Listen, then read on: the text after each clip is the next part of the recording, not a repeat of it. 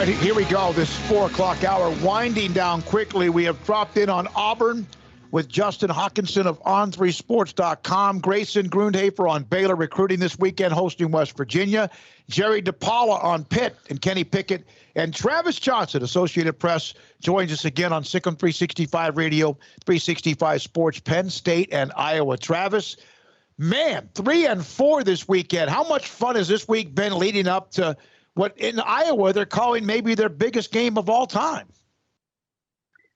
Yeah, I hadn't seen it billed as that, but I mean, I can believe it. Certainly, I know they get a rowdy crowd out there, and I've never been to Kinnick Stadium. It's the one Big Ten stadium I've never been to, but I've covered enough college wrestling to know that the Iowa fans they get pretty rowdy. So I think there's been a lot of excitement here. I think Penn State players, I kind of got a little bit of a sense from them being on some calls with them this week that they're ready to hit the road. They've been at home here every game except for the opener at Wisconsin, and I think they're ready to see if they can go on the road to a place that's been tough for them to play, in the past, and get it done.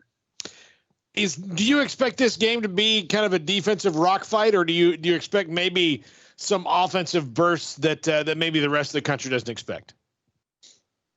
Yeah, that's a good question. I kind of am leaning toward it maybe being more of a defensive game, but it's tough to it's tough to as soon as I say that it's going to be like 60 to 59 or something like that. I don't even know.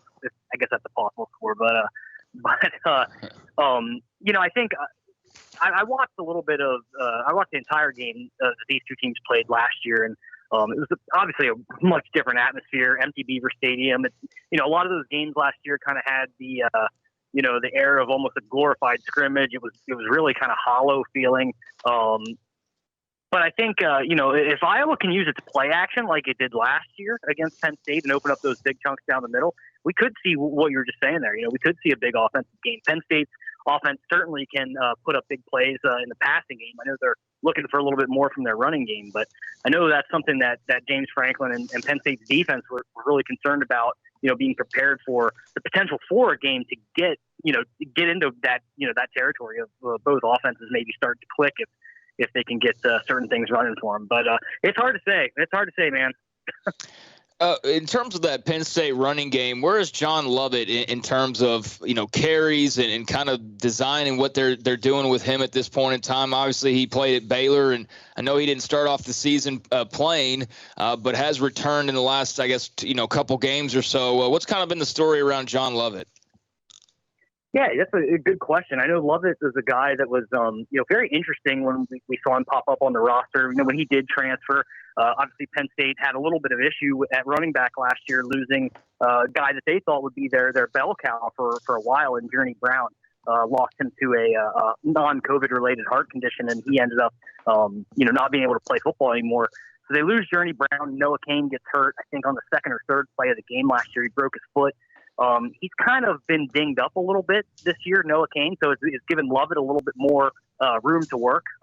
I think the last two games, I actually wrote about this week. Lovett actually leads them in carries over the last two games, and they're kind of looking for somebody to distance himself there. I know Lovett is a speed guy; he's got the most experience. I've been pretty impressed with him in pass protection. He was, for lack of a better way to say it, very very violent in pass protection last week against Indiana. So I know that stands out for them. But I think they have another guy, there, Kevon Lee, who got a lot of playing time as a true freshman. And I think he might be their shiftiest guy, but I think there's some ball security issues that they're maybe worried about a little bit with him. And he has a couple more fumbles than the other guys. But Lovett's really been their main plug there for the last two games. And part of that is the Noah Cain situation, and the other part being the experience and the speed he brings. He's a tough kid. I forgot about his blocking, and he was a very, very good blocker at Baylor. Yeah, he was one of those, and you may know this, and you can down the road, but Matt Rule had the single-digit thing that he brought to Baylor, and Lovett was, I think, a part of that almost from day one, was he not? And so all 4 years. Heck of a leader. Now, I just looked this up. This is the highest-ranked matchup at Kinnick Stadium since 1985, when number 1 Iowa hosted number 2 Michigan. So you're going to go get to cover that game. And so it's at 36 years later, their best matchup at home, and they've had some pretty good ones. Yeah, it's funny as I get older. I'm 35. as I get older, I run out of opportunities to say, that happened before I was born. But that happened before I was born, guys. So, you make me feel so old. Oh. Well, hey, I teach a college class up here in State College, and so I kind of maybe feel like you guys do sometimes. These college kids look at me, I reference things that they have no idea what I'm talking about. So don't feel bad. We all get older. But I'm actually not going to be going to Iowa. AP will use the Iowa writer. I think John Bowenkamp is our guy out there. So John does a good job, and he'll be covering the game. So I kind of have this weekend off, but not really. Watch the game. It's part of my job. So I wish I was. I'd like to experience it out there. What is the thought about, if you look at the Big Ten, Iowa, no matter what happens this weekend, is the heavy favorite to win the West Division. They just seem like the class of the West Division.